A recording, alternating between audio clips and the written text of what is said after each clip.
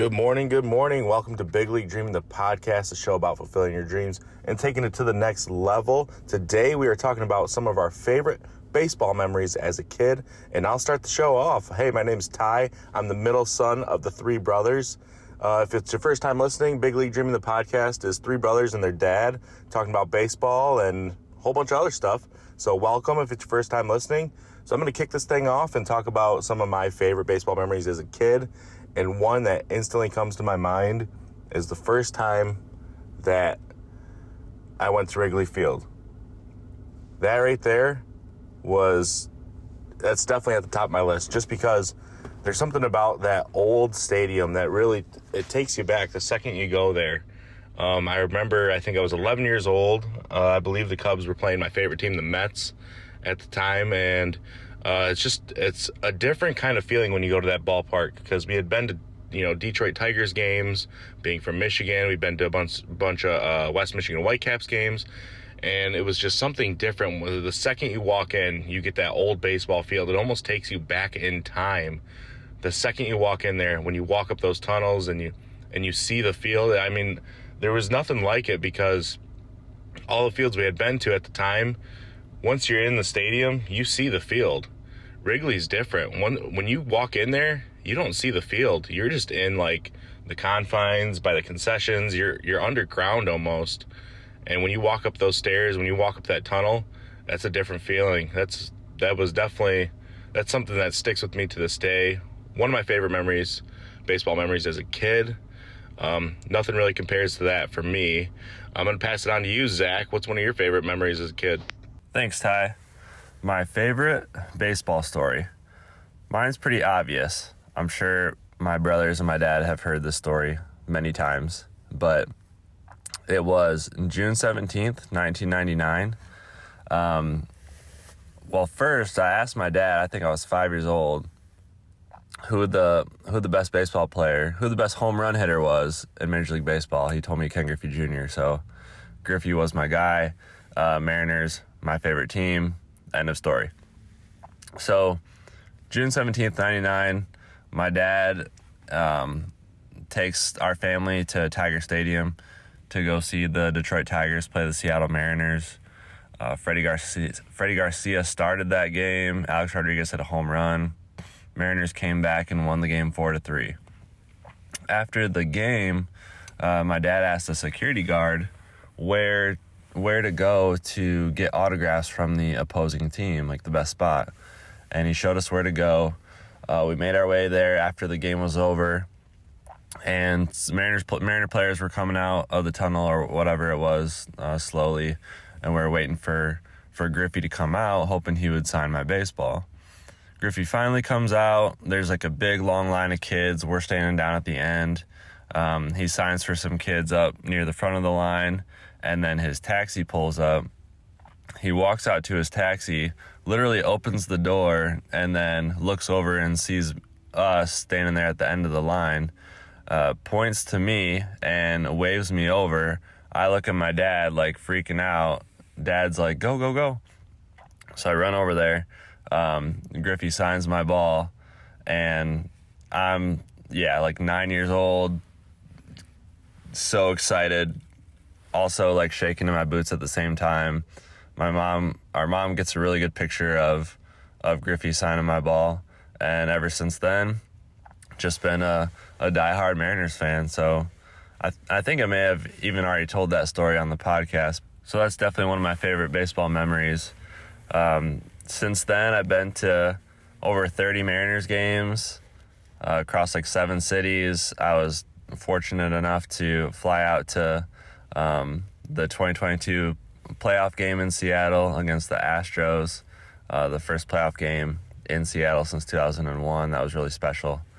And I still have the ball that Griffey signed. So I'm going to pass it over to Zane.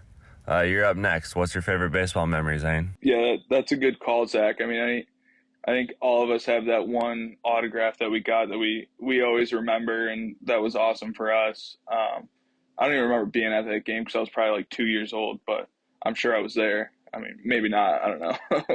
But for me, my favorite childhood memory for baseball was the first thing that came to my mind was probably Cooperstown and playing in that tournament, just because we played like a super late, like midnight game in the fog. That was the first thing that came to my mind. But when I really started thinking about it, I would say my favorite childhood memory for baseball was all of our fantasy baseball drafts. That was always a lot of fun, us getting together with all of our friends and putting a league together. And then, back then it wasn't all online. It was, you'd have to gather everyone around. Someone would have to enter the picks in and who was on what team. I specifically remember doing it at our old hitting barn that we had at an old golf course. Like, our uncle worked at a golf course and they had an extra barn that they used to store golf carts in. And, he let us kind of turn it into a hitting facility. And, it was just concrete floors and it was freezing in there. We used to have to chip the ice and, doing a draft in there. And we did it a couple other times at other places and, just getting everyone together and, watching spring training games, doing the draft, talking baseball as the MLB season's getting geared up. That's always a great memory that sticks out to me, and something that was a lot of fun, especially like, arguing like, oh, why would you take that guy? Or oh, what, is this guy really a sleeper? Who is that? And I also remember like buying the little like draft guides for that. That was always really cool that Dad would always take us to like the bookstore and get those draft guides. But that's always a great memory that sticks out to me. And I wish I could still play fantasy baseball. It's just such a long season. It's hard to play.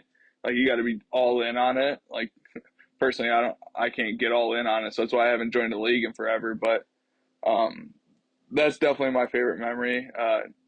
Dad, you're going to have to take us a little old school and go back to your childhood and let us know your favorite memory. Old school, Zane, you know me pretty well, and I love to tell stories. So you guys did such an awesome job, Zane. I love your memory. I'd forgotten all about those fantasy baseball drafts. I forgot a little bit. How could I? Right, about the barn, and having that little hitting space and how it all came to be. And thanks to your uncle for helping us with that, and all the people that volunteered. I mean, I think about those memories now. It all comes flooding back when you painted that picture of being at that barn and chipping the ice and, putting it together, putting tarps up, people volunteering their time, energy, money to make it what it was for our little club. So yeah, that's a great memory. I love it, Zane. Good job. And then, folks, if you're just tuning in and going like, what am I listening to here? This is a podcast, Big League Dreaming, the podcast. It's a show about fulfilling your dreams and taking it to the next level. It's a podcast with a dad and his three sons. I'm Dad. I'm John Gonzalez, and the three sons. You heard from Zane Gonzalez there and his baseball memories. He is the youngest. You heard from Ty, the middle one, and he talked about his memories. And of course, going to Wrigley Field. See, I forgot, right? That's what happens when you get old, right? You start forgetting things. And then Zach, the oldest son, talking about his memory of getting an autograph with Ken Griffey Jr. I remember that game so well. I loved each of you guys painted great pictures of taking us there, what it was like, and what you remember the most. I think as an adult, as a dad especially, you forget about some things. And you sometimes don't realize what impact that they have on kids, right? On your own kids or other kids that you coach. And that's the beauty of getting old, is that you start to reflect and then you start talking to people about, memories of what they remember from those early days, and it all comes flooding back. And what was important to you might not be important to them, and vice versa, which I think is awesome. But anyway, again, thanks for tuning into this podcast, and we hope you stick around, not only for this podcast, but for future podcasts. You want to listen to a former show, we would love to have you along for the ride. So I'll be real quick because I don't want to take up too much of everyone's time. I'll do one of my early childhood memories, and I think it's one of the moments that I knew I would coach, right? I was probably, I was 12 years old, and I was on one of the best teams in the league, playing. It wasn't Little League, it was rec ball, but we followed the Little League rules. Small town of Capac, Michigan, in the thumb of Michigan. And the coach had us. I was mainly in the infield, first base, second base, pitcher, third base, a little bit here and there. Never shortstop. That's a tough position. But whenever we took batting practice, he always kept the infielders in the infield and the outfielders in the outfield. And sometimes us pitchers, we would run to the outfield, think we could be outfielders, and obviously we can't. And I was playing first base after I hit.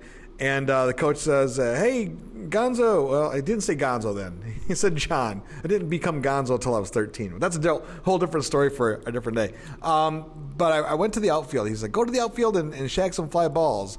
And I'm like, that's weird. Am I being moved to the outfield? Because he never asked me to play outfield, ever.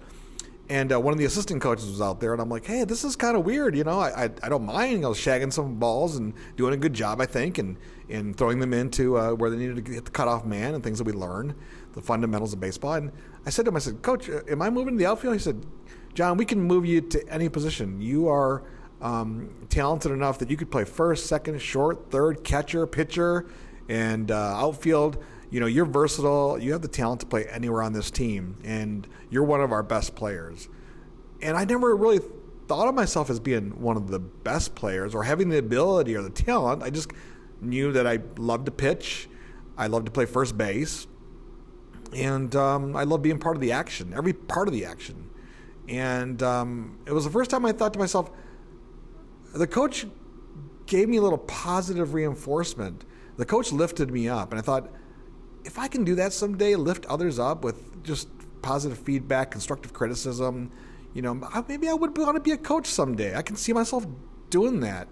I can see myself having kids someday and instructing them and trying to be a positive influence and, giving them encouragement, not telling them that they can't do something, but helping them achieve their goals, right? Fulfilling their dreams and taking it to the next level, because we all want to be better coaches, better parents, better players, better teammates.